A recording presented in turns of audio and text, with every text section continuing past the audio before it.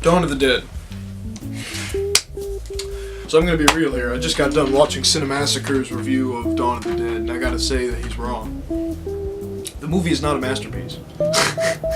Okay? Looking at it at the perspective of not a blind consumer, but of George Romero, when you watch the movie with George Romero, I'm speaking of in the consciousness of George Romero, what George Romero has even been quoted of saying is that he doesn't like watching his old movies because all he witnesses are his mistakes. When we made Dawn of the Dead, I resisted for 10 years wanting to do another one, because particularly after the Cahiers du Cinéma wrote these glowing things about it, and then it was invited into the Museum of Modern Art, it became an important movie. And I'm sitting there going, wait, I didn't, as I said, all I could see was the mistakes in it.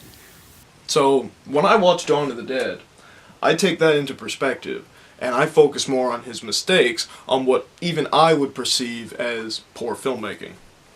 But that doesn't deviate from the fact that this is a terrific movie.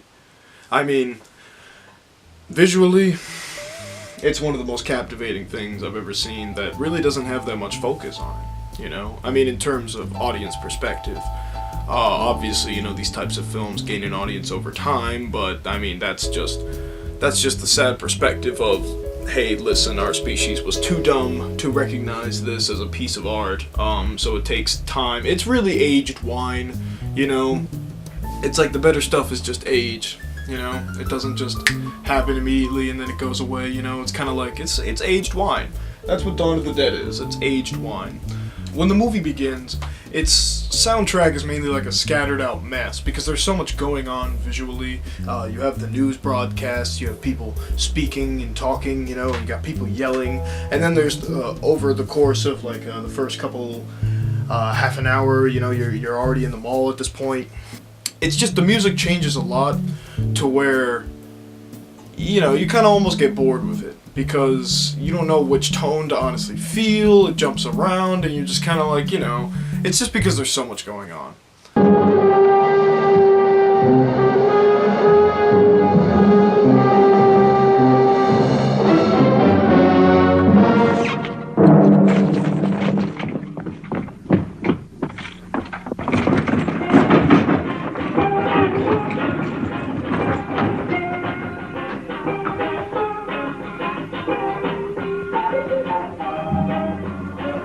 But I don't blame him, because I used to be that way too, and that's why I take notice of that through the consciousness of George Romero, through my own consciousness, and realize that, hey, you know, I made those same mistakes, and it's really just mistakes that I have made that I am taking note of for myself, basically. I'm not even knocking George Romero. I mean, we have the same mistakes, essentially, thinking about it in that perspective.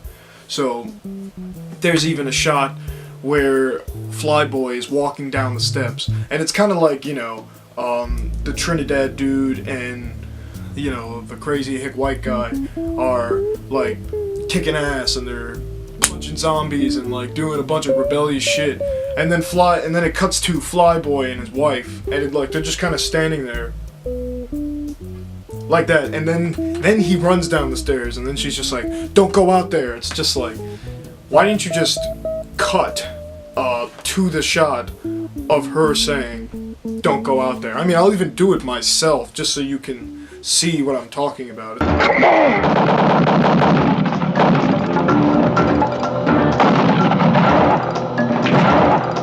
Stephen, don't go down there.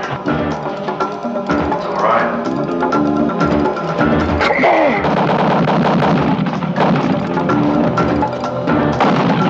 Stephen, don't go down there. It's all right. But those are past mistakes. I mean, anybody can make that. I mainly just wanted to make this video because I didn't want to just sit there and listen to somebody. You know, I wanted to speak my own voice. So that's why I'm sitting here shirtless as the Stoned Esoteric, making my 7th episode. You know, everything's chilling, everything's cool. I just got done watching this movie, you know. So I figured I'd talk about it. And that's really all I have to say.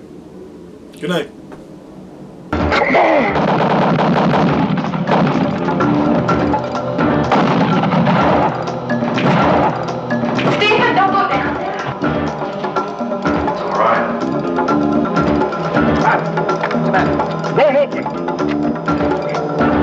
not working.